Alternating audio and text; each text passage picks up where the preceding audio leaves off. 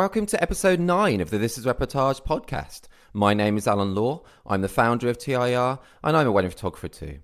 Today I'm really excited to have the great Andrew Keher, winner of 8 TiR Awards. Andrew's made our end of year top photographer list for 2 years in a row, and he's always been one of my favourite photographers. Stick with us to hear how he went from a 9 to 5 office job to wedding photography, which is a really great story involving a viral video and a film crew, his school life growing up in Liverpool, top tips for being a better documentary photographer, inheriting his dad's sense of humour, shooting through the moment, how a recent regret of his photography career changed his attitude, and much more. Hey Andrew, how you doing? Good morning, Alan. I'm okay. How are you? I am really good, thank you. Yeah. How's things with you? Not too bad, not too bad. It's a bit cold this morning. I've got an extra base layer on. That's My good. my office is the coldest room in the house, so Why she is won't that? well, she doesn't let me put the heating on. Because I work from home like most of us, and the heating going on is an unacceptable expense when I'm by myself. So I'm two jumpers, Andy, they call me. And you'll have another one for Christmas, I guess, as well. Yes, I'm looking forward to the socks, the underpants, and the jumper. Hang in there, lads. We're almost there. Christmas Day. Nice, cool, good stuff. So I wanna instead of asking you how your season's been going, I'll get onto that at some point. But I want to start with probably the most important question that I think I can ask you, is that how on earth do you pronounce your surname? Well, you're not the only person to struggle with that, Alan. That is a problem that's plagued me all my life. It's character building. I remember being 6 years old in class when the teachers read the names out, and there's that big pause before it gets to the K's. And I've learned now these days, whenever there's a list being read out, I just put my hand up when the pause is there. It's Keher. It's Keher to rhyme with beer. Ah, okay. Well, that's a good way to remember it. Although when I was in school, the kids found much less friendly words to rhyme with it. Let me tell you. Oh, right. I can. Oh, okay. Yeah. Oh, Yeah, that must have been it quite was difficult. well, it was a different era. It was a different era, and these days I'm sure it'd be fine. But yeah, you you What you it builds character, as I say, builds character. what was your school life like in general? Did you grow up in Liverpool? Did you? I did, yeah, born and raised. I lived in a little part of Liverpool called Fazakerley.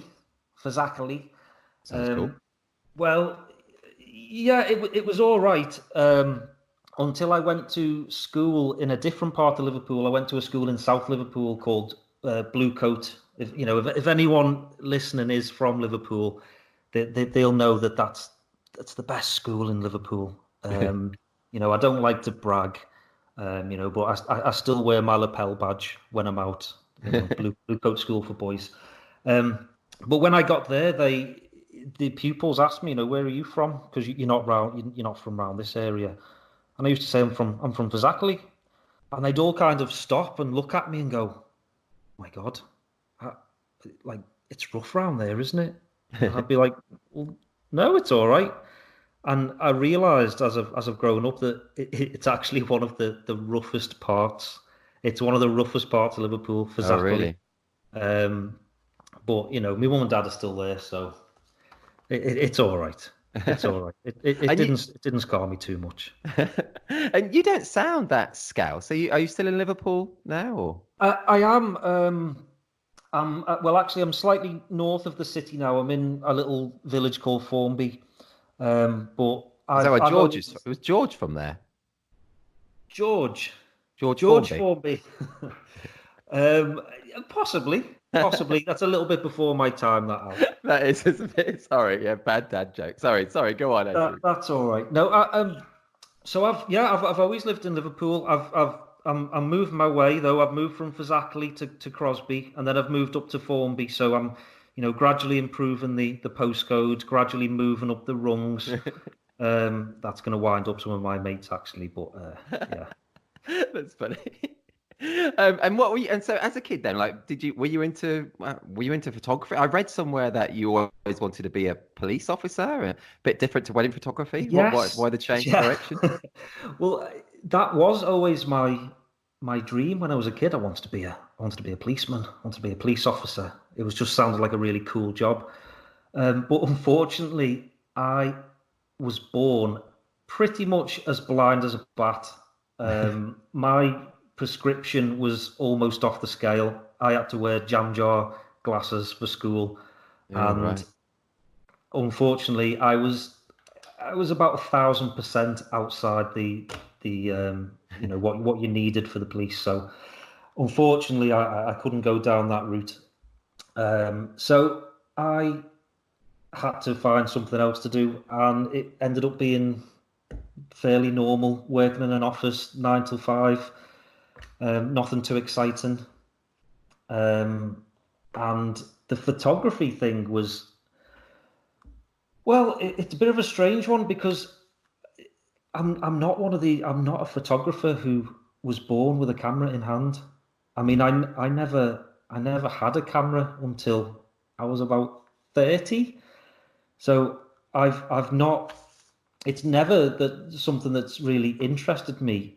But I got to a stage in my life where I was sat in my little office in work, working 9 to 5 for somebody else. And I remember just one day, the boss came in and he told me off for something, and he walked out, and I sat there for a good half an hour fuming.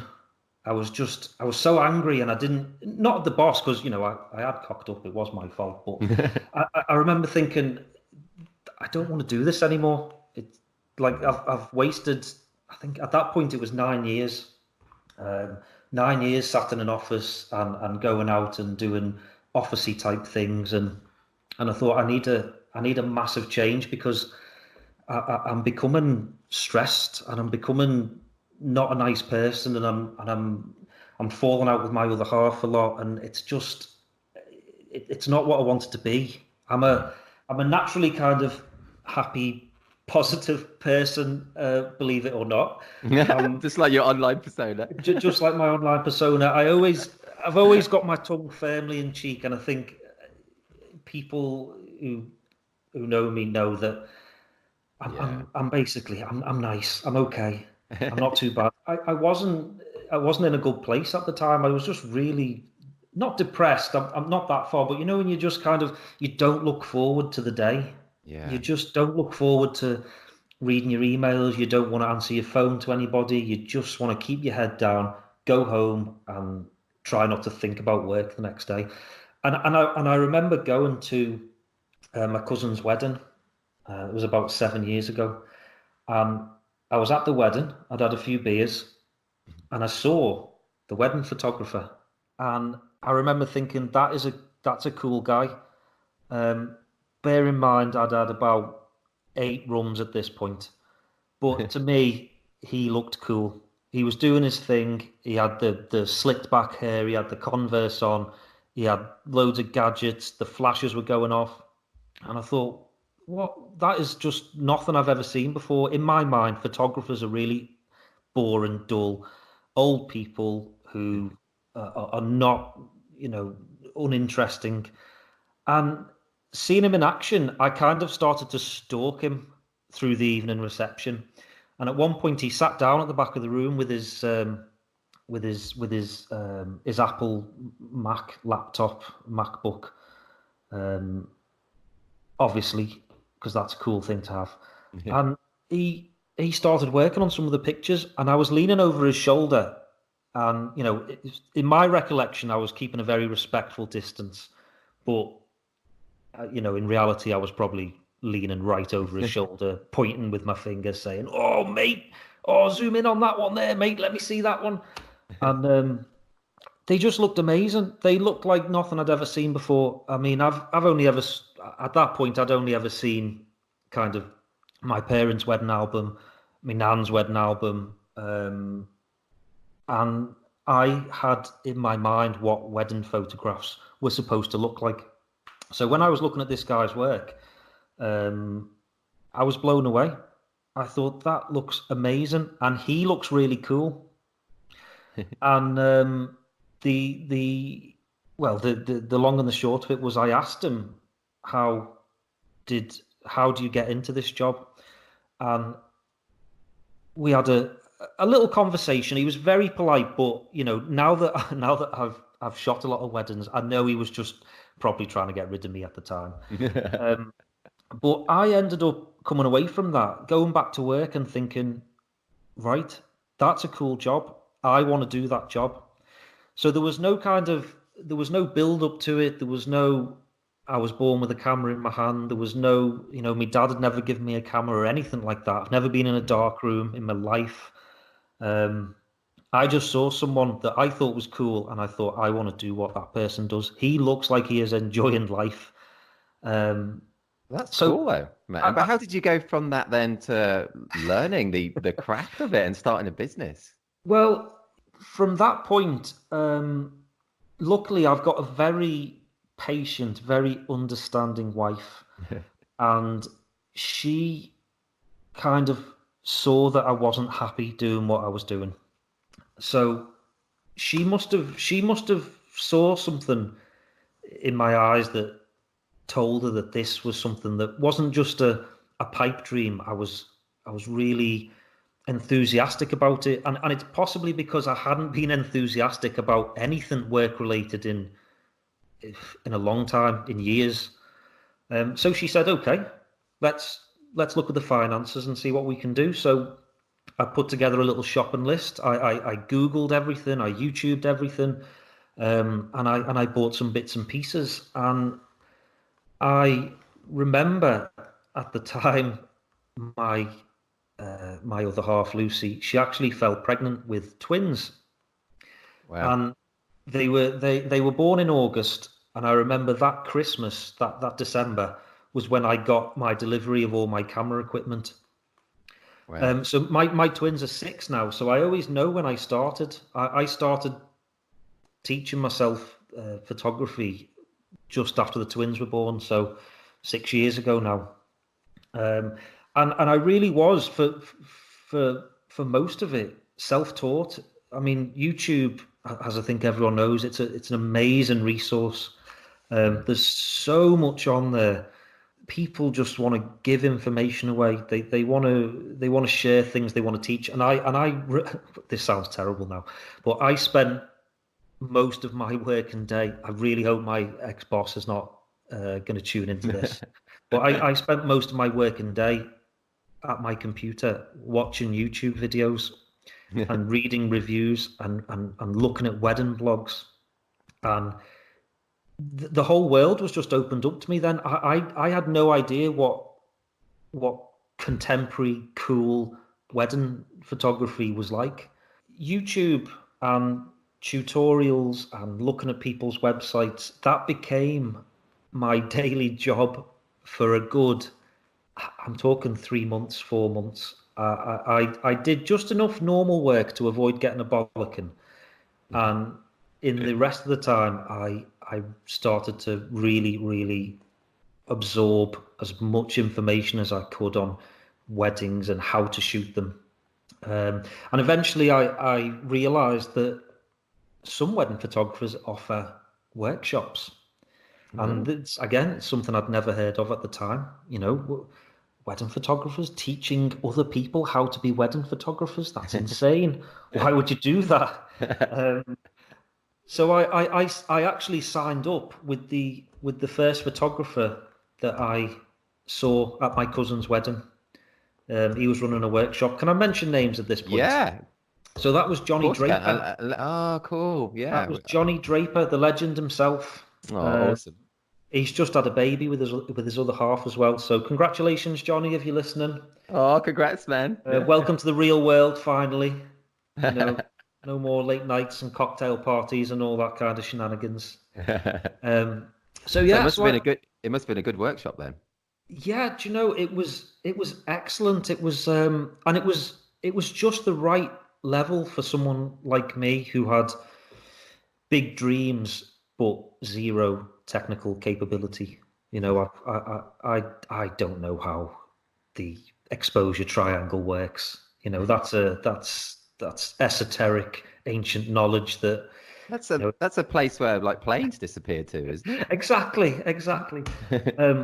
So Yeah, that was a 2-day workshop, and we went off and we shot some models, and Johnny talked us through how he approaches the wedding in his way of doing things, and it was fantastic. And I went away, full of beans, and I was ready to push on. And then I did another course with Johnny, and from that point, I met another photographer, David Stubbs, Oh, cool. and he kind of, I don't know why. I'm going to ask him this one day, but he kind of took me under his wing. He was established at this point, and he shot quite a few weddings, and he kind of took me under his wing and mentored me a little bit, and showed me some ropes, and gave me the confidence to go out there and shoot. And from that point, I started to post my things on Facebook. I think we set up our business page. We put our little pictures on there from our workshops, and we try and fake it till we make it. We show our best stuff, and we contact our family. And if anyone's getting married, we try and get in there. Can we come along? Can we take some pictures? Anything and everything, really, just to get me near a real wedding. And in the end, it was actually just a random person liked one of my photographs on Facebook, and I clicked on their profile, and it said they were engaged, and I messaged her and said, I noticed you're engaged. I was wondering if I could offer my services. It's something that I'd never do now, but back then, I didn't know the decorum of these situations. I just thought I can approach people, and I'm just going to tell them what I want to do. And she messaged me back and said that she couldn't afford a wedding photographer.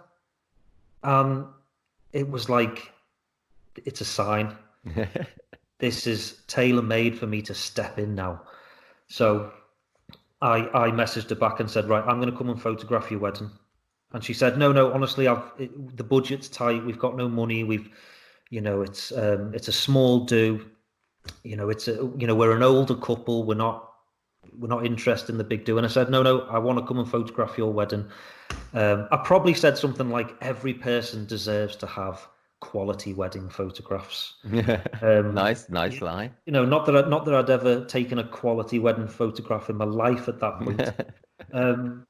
But I thought, you know what?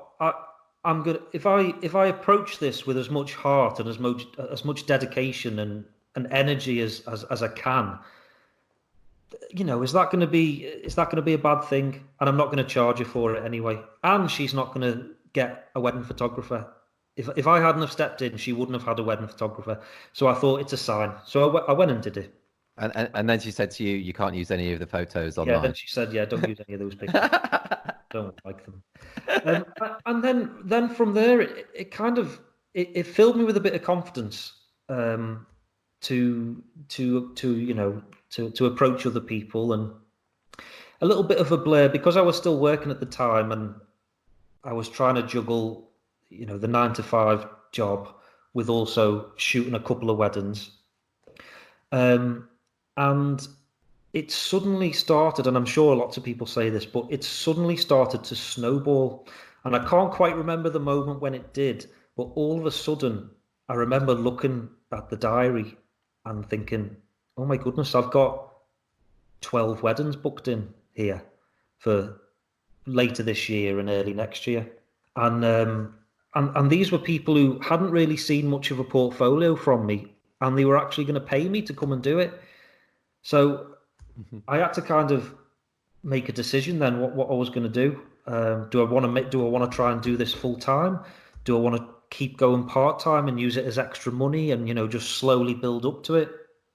And it was thrust upon me in the end, the decision. It was not mine to make, because my little twins, my twin girls, who were about 6 months old at this point, they helped me with my career. I took a video of them playing in their cots one night. Oh yeah, I'm sure I've seen that video. Yeah. Yeah, well, it ended up going viral anyway. They were playing peekaboo with each other. Yeah, I have seen and, it. and I recorded a very low quality video of it. I shoved it on Facebook, as you do whenever your kids do anything cute. Well, Yeah. anyway. And I woke up the next morning and it had 50,000 likes and comments and Wow. shares. That's I mental. thought, oh, okay, this is weird. What's happened here? This is really weird. My phone's going crazy with notifications, and I thought, and at the time I thought, well, this is cool. I'll show people in work, and my little girls have gone a little bit viral. By that afternoon, we were on something like 1 million views, and 100,000 shares, and it had gone silly. We got a phone call that evening. I got a phone call from BBC Northwest, and they wanted to come and interview us. The viral Peekaboo twins. I think at the time, so this is 2013, is it? 2014, something like that. So I think there was less viral videos than there is now. So this was big news, in our little circle in the Northwest. And so we said, yeah, come along. And the film crew turned up and they interviewed us, and the girls were crawling around on the floor. And the interviewer said to me, so what do you do for a living?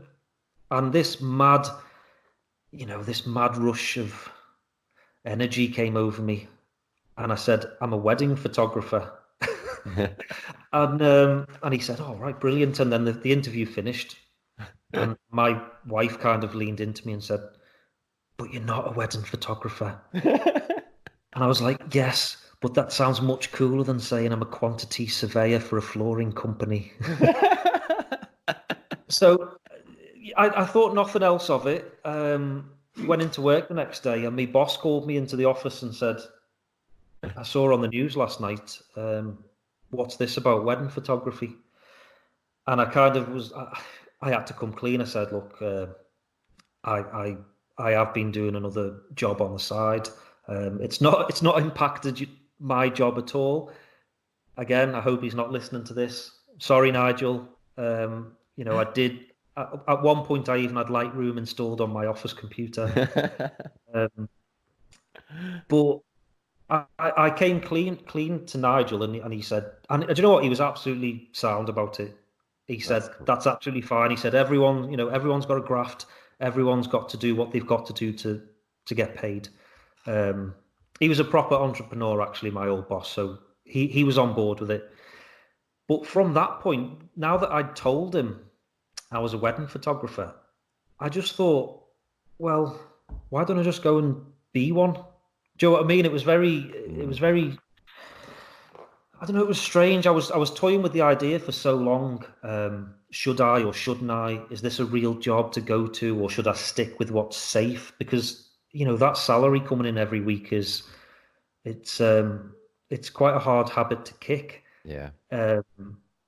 Especially when you've got twins as well. Especially when you've got twins, and I'd never been self-employed before in my life, so it was all very strange. But I think sitting down with me boss and kind of getting his blessing, and he was saying, do you know what? That's absolutely fine. You go and do what you've got to do. So within 3 months, I handed in my notice, and I went full time in inverted commas, even though I didn't have, a full order book at the time. I left work and set up at home, and haven't really looked back since. No, man, you've done so well. You skyrocketed from there. Thank you. Awards left, right, and centre, and you've got weddings coming up in is it Morocco, Finland, Barbados, America, and stuff? Yeah, we're getting around. We're getting around. Do you think? I'm sure you would have quit at some point or other your day job, but that kind of viral video, that was just the kind of impetus, the catalyst. That was the catalyst, yeah. That got it. What I thought was I had to keep it secret from everyone, which was a bit of a silly attitude, I think, when I think back about it. But I thought I had to keep it secret. I couldn't tell anyone that I also had a second job. And it just got it out into the open. And I realized that, no, do you know what? I get through the working week, and then on a Friday night, I'm filled with energy for what I'm about to do the next day. And I thought that's what I need to do. That's the thing that is, lighting the fire inside me, and it's the thing that I didn't. I enjoyed school, but I was never one to do extracurricular activities or study when I didn't need to study. But here I was, all of a sudden, spending every waking moment trying to learn something. 1 o'clock in the morning, looking at YouTube videos on how to shoot in bright conditions, or how to do this or how to do that, how to use an off-camera flash, what's the best make of radio trigger. At that point I didn't own a trigger, and I'm watching YouTube videos at 2 o'clock in the morning on which one's the best one to buy. Right. Yeah, I think you can tell you've got a passion for it if you're doing that. Yeah, so I thought anything that anybody who is passionate about something can make that something into a career. That's what I'm trying to tell my boy at the moment. He's 15, and he's a typical teenager. He's got no drive. There's no desire to do anything. But I'm saying to him now, do you know what, Owen? You don't have to have a career path laid out. You don't have to do all these different subjects. If you can just find something that you're energized about, and that could be something as, something like woodworking, or, fitting curtains, or making digital art, or something that you're passionate about, and you are that keen about that, you will actually go and, in your own time, go and learn about it and practice it, and look at other people's stuff, and go and do workshops about it. Then you will make that into a career. It doesn't matter what it is. And that, yeah, it suddenly hit me. That's what I need to go and do. So I handed in my notice, went full time, and here we are. And you're not looked back. It's awesome, man. No, honestly, it's brilliant. That's cool. It's so cool. I'm going to change tack a bit slightly. Yes. Do you have a favorite joke? A favorite joke? Oh my goodness. This is going to sound terrible, but all my jokes are like dad jokes now. I used to, cringe at my own dad's jokes. That's where I've picked up my sense of humor from, is my dad. And he's not one for telling jokes, but he will turn the situation into a joke. And I think that's what I do with my children, especially now that I've got a 15-year-old lad. I mean, this is everything I do now is to make him cringe.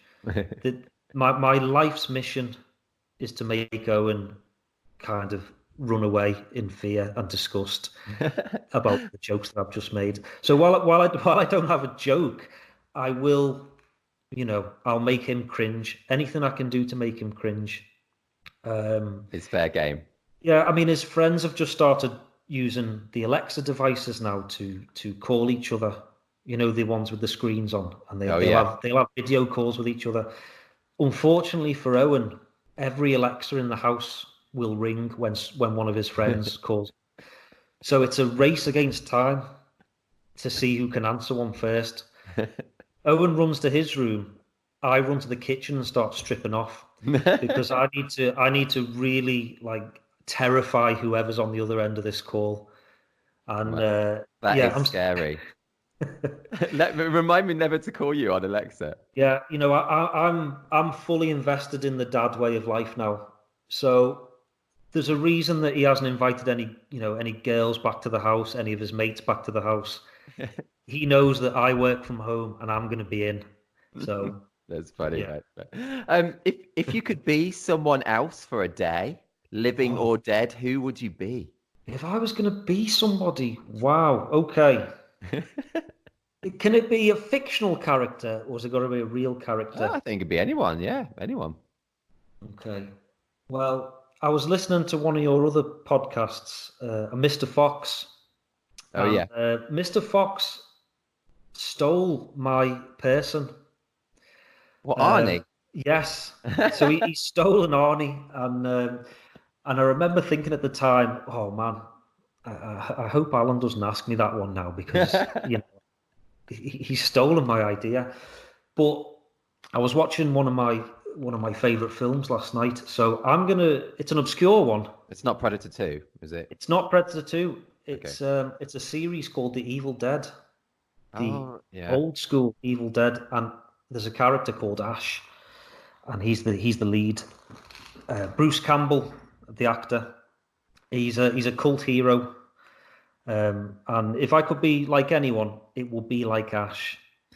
And the reason is he's slightly daft. He's a bit cringy. I think he's the embodiment of a dad joke. But in all the films, he's fighting against the nightmare hordes of the undead.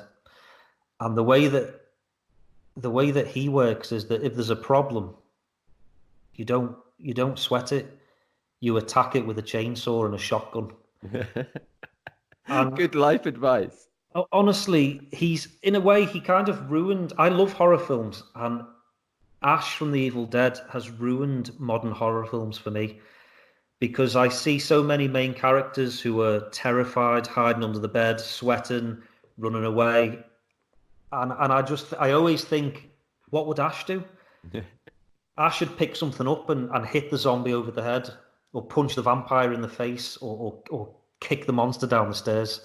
So if I could be someone, I think I'd like to be a bit like Ash.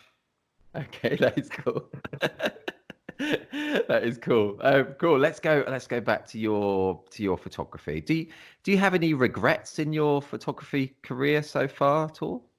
Um, I've got a couple. I've got a couple. I mean, I've got one recent regret, an incident, where I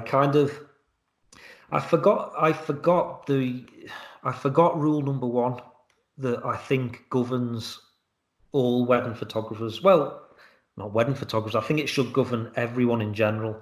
And it's the rule for life. Don't be a dick. Don't be a dick. And I forgot this rule. And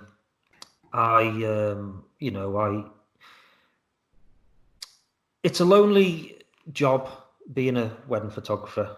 Well, for Yeah. me anyway. I don't know about. I Oh, don't it know is about, definitely, yeah. you're sat behind your computer and you're looking at the world through 27 inches or whatever this monitor is. And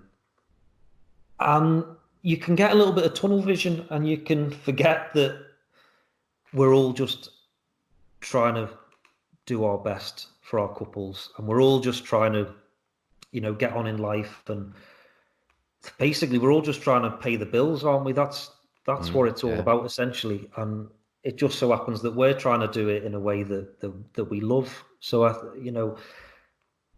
when you're sat behind your computer at 11 o'clock at night, and basically I made a few comments about a photographer that I like, photography team, Hmm. in a decent sized group in the Northwest on Facebook. And I saw a few things in some of their recent work, and instead of just moving on with my life, I thought, I'm going to have a little whinge about this in the group. And as usual,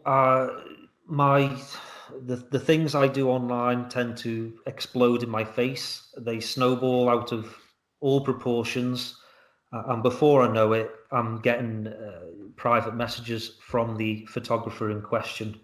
Oh, right, nightmare. Yeah, asking, "Hi, I've heard through the grapevine that you've got some questions about our work." They were very polite about it, and it was very humbling because I was suddenly dealing with a real person, not just their work, and not just the celebrity status and a faceless entity on the other side of the world. All of a sudden, they're chatting to me on Facebook. Basically, what's your problem? And I ended this conversation, and it really, really changed my, I don't know, my attitude and the way that I view other photographers and the way that I think I'm going to operate going forward, because I understand now that why do I waste the energy? Why am I burning mental calories over such a silly thing? And then not just the silly thing, which I won't go into, but why then do I feel the need to go and gossip about it with other people, with other photographers? I don't know. I just felt, when you just feel about this big, and I thought I've broken the first rule that I've always tried to live by, which is don't be a dick, and I have been a massive dick there. It's like I don't understand the thought process behind it now. Now that I'm looking at it in the cold light today, people do whatever they've got to do. We're just trying to make cool photos for couples. We just want our couples to look at their pictures and go, yeah, we had an awesome wedding. And these are, I'm going to enjoy looking at these in the future. I can't wait to show these to my kids and my grandkids. So why do I feel the need to pick holes in somebody else's work just because they're a rock star and they get all the accolades and all the rest of it? I need to change my attitude, and I need to look at that and say, what should I have done there instead? Well, what I should have done is, if I was that bothered, is message the photographer and say, I'm interested in such a picture. I was wondering how you made that, or I've noticed this about it. Is the, I don't know. I'm still kind of debating how I should have played it. But just had a gin and tonic, man. Gin and tonic, and I mean, the problem was I'd had about 4 rums and coke, and that's why I thought being a gossip was the right move. But I mean, I'm a massive, I'm a bit of a knobhead in my personal dealings on Facebook. I think everyone who knows me knows that. on my own page, I love getting stuck in. I love winding people up. I love antagonizing people. I mean, how I haven't got blocked by most of my colleagues, most of my peers in the industry yet, I don't know. but actually, I think that they can see through the words and see that there's heart on the other side of it, and I'm only playing. And that's, really, if they needed it, I'd crawl through broken glass for them. And I've had the pleasure. I've met you in real life, man, and you're a lovely, lovely guy. So I know you're lovely. Thank you. But I let my snidey personality go into my business dealings, and that's a mistake. That was a big mistake, and that is my regret. But if anything comes from this, it's that I do think that now I'm going to look at people's work, and I'm not gonna question the way that they do things. I'm gonna try and take inspiration from it, and I'm gonna use my energy to look at my stuff and say, well, I know the reason why I'm getting tetchy about what I've just seen. I know the reason, and it's because in my mind, they're, in inverted commas, doing better than me. If that makes any sense. Yeah, that's not a quantifiable thing, because we all measure success differently, and for some people, getting bookings and getting paid, that is food and drink and mortgage payments, and they need to do what they've got to do. And for other people, it's a hobby. For other people, it's just a creative outlet. And we all have our reasons for doing it. And who am I to get involved with stuff like that? I know it sounds sounds ridiculous from such a weird instant, but I really do think I've come out of the other side with a different attitude about how I approach things in the future. And I want to spend energy on improving my work and improving the way that I do things, not trying to tear down what other people are doing. There's enough work in this world for everyone. There's enough couples getting married, and even if even if I don't reach my target amount of weddings, rather than being salty about it and lashing out at other people, I should be looking at, well, what else can I do? Well, what can I do? What am I good at? I can take pictures of families. I can take pictures of people. I can do a project. I can do a styled shoot. I can get out of my comfort zone, and that's how I want to go forward. I want to work on me and not worry about what other people are doing, I suppose. Yeah. Sorry, that was a big answer for a... Oh, no, that's cool. That's so small interesting, question. man. That's so interesting. And we all do little things like that we kind of regret as well. So I mean, it's yeah, that was thank you for talking about it. I mean, that's No, awesome. no worries. Yeah, it's a difficult one because in the aftermath of it, everyone was still gossiping about it, and everyone is still tagging me in on various related incidents, and it's I want to change that person. I don't want to get involved in that anymore. I've had Well, hopefully they'll listen to this and they can put a stop to that. Oh no, Stop tagging Andrew in those things. they're going to listen to this and tag me in everything Even more. now. I know how it works. I'm the biggest troll in the world, and now I'm going to get it back. Okay, well let's change tack again slightly. Okay. What's the most bizarre thing you've personally seen at a wedding? I mean, I love one of your Reportage Awards. You've got a bride and groom like falling off a boat into water. Oh yeah, that was amazing. What That was happened amazing. there? Were they happy that you captured that image of them? Yeah, well, it was actually the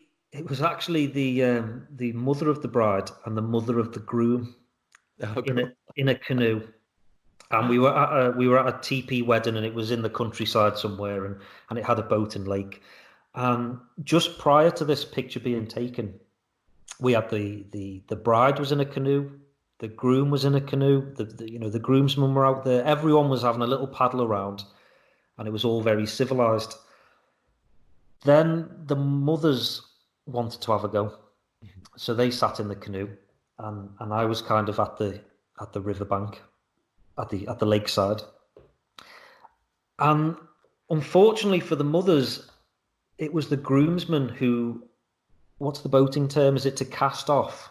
I don't know. To push. Well, anyway, they pushed the canoe out into the lake, and obviously this is 6 big lads, and with 2 small mothers in the boat, and yeah, they pushed off a little bit too hard. The boat instantly capsized, and both mums in full, mum regalia. We're talking, the embroidered dresses, the embroidered suit jackets, the hats. They went straight into the drink head first. And you were there, and you got it. I was lucky enough to be on the bank, and there's actually a video kicking around of the moment. Someone was videoing it on their phone, and I am so proud of my reaction speed, because I look like I'm daydreaming, and as the boat tips, I drop down to the water and take the shot, and yeah, we got it just as they were tipping into the water. It was fantastic. It's an awesome shot. I'll put it in the post as well so people can see it. Did people come up to you straight away? Were they going, "Did you get it? Did you get it?" Yes, pretty much. I mean, after the horror had died down. No drownings. No drownings. I mean, and the best part of that was the bride, the groom, the guests. Everyone was lined up on the side watching. So it was amazing. And did you get any feedback about that image? Did they say that they love it? Oh, I get tagged in by one of the mums every year now. It was a couple of years ago, and every now and again a little mention or a little tag when that video pops up somewhere, or that picture pops up. And I think when I won the Reportage Award, she shared that, the mother who fell in the lake, she actually shared that picture on her own That's timeline, awesome. That's and awesome. tagged the other mum in and said, "Oh, we're famous again." So I think now that they're dry and warm, they can laugh about it. Yeah. Oh, it's Yeah, so cool that you got it, man. That's like almost epitomizes documentary coverage, I think. You're getting all those moments, not the prettiest ones, but they're the ones they're going to look back at and laugh and love. yeah, absolutely, absolutely. It's getting stuck in, and not, although on the video replay it does look like I've switched off slightly. I think you constantly got to be looking at the situation, and always thinking what could go wrong, here, what could go wrong here, and preempt, the moment.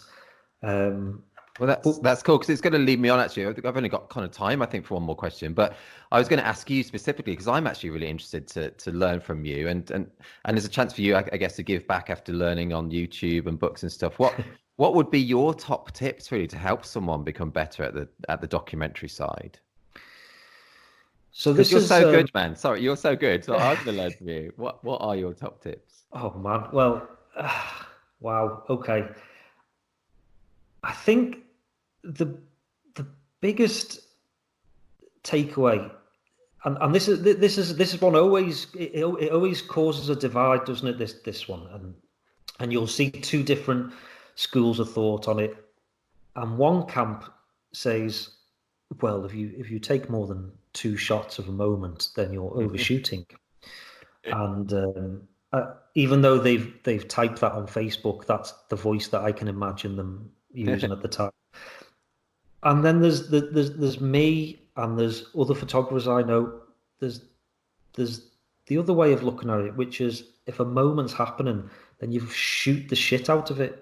Mm. You shoot it. You take it from eye level, then crouch down, then move to the side, then lift your camera over your head, circle the moment. If the moment's still going on, don't don't give up on it. Don't give up on it. Don't be afraid to keep shooting. Just shoot through the moment, keep going, then look behind you. Look through the moment. Don't forget that other people are going to be looking at it, see what they're doing, and you can turn one little moment, which is a lovely moment. It's the gran and the bride having a little hug and a kiss, but you can turn that moment into a sequence that it's all meaningful. It's all joined together, and I think you can't listen to the people who say real photographers don't overshoot, or real photographers only need one shot to do it. I Mm. mean, when I started, I had this thing in my head. I thought that all these world-class photographers, they'd rock up to a scene, take one picture, and then walk to the next scene. Yeah. I very quickly had that thrashed out of me. Um, I take stupid amounts of pictures at every wedding, and it's not because I'm rubbish at what I do. It's just because I think when you're not posing the moment, when you're not getting involved, you you you owe it to the couple to do the best that you can to record that moment in the most creative and memorable way possible. And unfortunately, that means you have to work your arse off for it. You have to get down, you have to get in there, you have to move away, you have to climb on things, and just play with it, and don't worry about the cull afterwards. I mean, it takes a couple of hours, doesn't it, to go through your Oh, photographs, but yeah. don't worry about it too much. Just shoot the moment and keep shooting, because honestly, the times when I don't shoot through it, and I'm going through it on photo mechanic or whatever, and I've still taken 10 pictures, but none of them are framed well enough, or people are blinking, and I kick myself when I think I could have kept going. I could have kept going. I could have circled round. I could have tried something different and really, really pushed the boat on that one.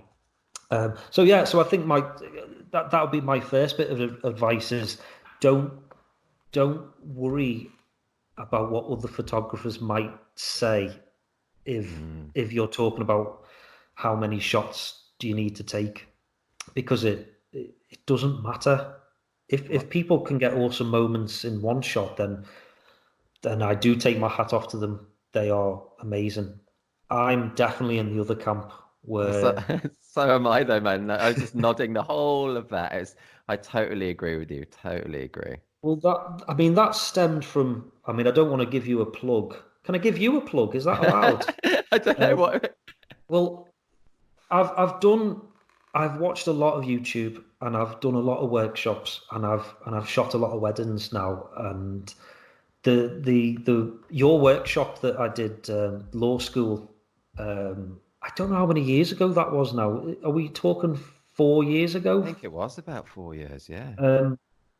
That is the one that sticks with me every single week. Oh man, you don't have to say this just because we're talking. No, because if someone else, if someone else was talking to me, I would say the same thing, and I've said this to other people as well. And it's not. I can't remember. I can't remember much from the workshop because it's 4 years ago. Yeah. But you said something. You said something that was like, I'm not going to give away details, am I, here for people who are not on the workshop. Oh no, of course you can say whatever you want. No, of course. No, well, it was you said you want each frame to be as interesting as possible, and I think it was almost a throw. The comment might have come from somebody else that was talking to you, and you made a throwaway comment back to them. I don't even know if this was part of the class, but it was something you said, and you said that you would want every image in your set, in your gallery, to be interesting enough so that if the couple were to share that picture with somebody, it would stand on its own 2 feet. And that is how that's how I want to have my galleries look. It's hard. In fact, it's impossible. It's impossible. Yeah. But I think I'm trying to make those frames as interesting as I can. And yeah, that was something you said to someone. You want each picture to stand on its own 2 feet, so that if the couple shared it, then it's not a problem, because it's a cool picture. It's an interesting picture. It's not, it's not a boring image. You've actually put some thought into it. You've played around with the composition. And so, yeah, 4 years later, I'm still culling my pictures, thinking, if the bride shared this, would I be happy? And that kind of guides me. You're still guiding me, Alan, all these years later. Oh, that's very cool, man. But you just without me and without that bit of advice, you just nailing it with your story awards. Exactly. You're getting all that creativity into all those different elements of the day. You're just rocking it, man. The story awards are a fantastic idea. It's something that I think you've cornered it, because nobody else is doing it. I've seen a couple of other award sites. I don't know what the term for them is, but you can see them toying with the idea in their Facebook groups. Should we have a kind of award where you have to show a sequence of pictures? And there's been some resistance from the communities there, and I think I know why. Can I put my conspiracy hat on for a second? You can put that hat on. I think that the market is quite saturated and enamored of these one-shot heroic, wow picture of a backlit bride and groom with, reflections, and it all looks kind of awesome, which I am as well. I still live by the rule of, I just want to take cool photos, so I don't put down what anyone else wants to do anymore. I've had my moment. So I still want to take cool and creative pictures as well, where you play around with lights and reflections and things.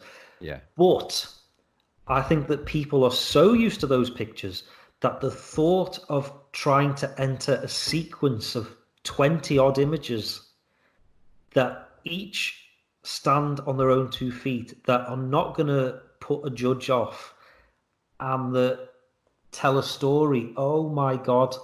Hmm. That's like, that's no, people are not, they can't get their heads around that. And I think reading between the lines, that is the attitude from a lot of people. So I love that you've started the Story Awards, and I am absolutely buzzing that I've managed to win a few of them, Yeah. because for me the Story Award, they're the ones, because it's not just that you need 20 good images, you've got 20 opportunities there to put somebody off. That's so true. Because I Yeah. think I read one of the interviews with a judge, and I think they said that it just take if one image doesn't fit, if one image doesn't tell the story or convey the message, or it feels, although it's probably not posed, if it feels a little bit posy, Mm. then it takes away from the story and they move on to the next one.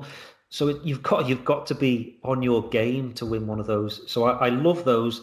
I think I've mentioned in your group a few times that they should be worth bonus points on the leaderboard, but I'm sure that's being taken into consideration.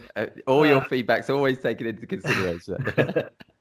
uh, No, that's good because they are so difficult to win as well. yeah, So difficult. and Yeah. and they're the ones that I actually like looking through as well. I know I like looking at awards. I like seeing the general thing. Usually it's when I haven't won one and I'm looking through them going, well, yeah, okay. They are pretty good. Oh, right, okay, fine.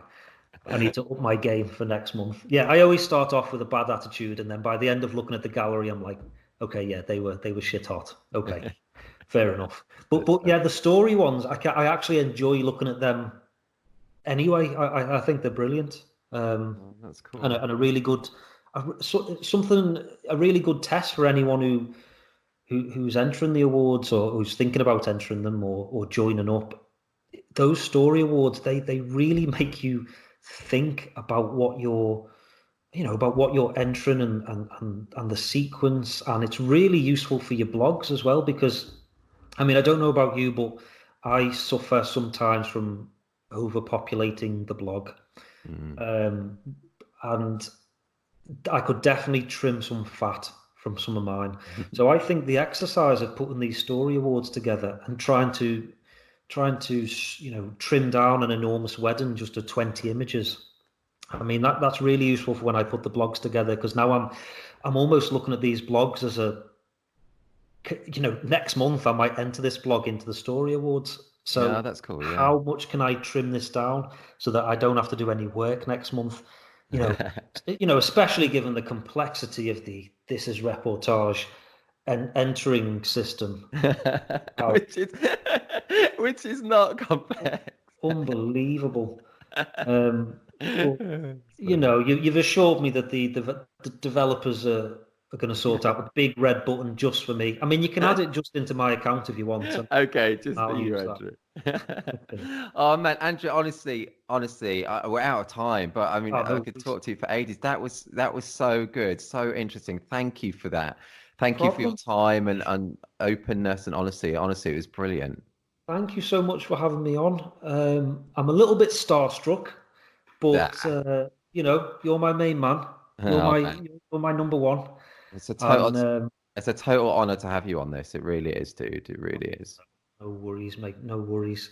But keep up the good work. I'm loving the podcasts. And again, I think I mentioned this to you. This is the first podcast that I've started listening to as well, and my my eyes, my ears have been opened to a world of opportunity.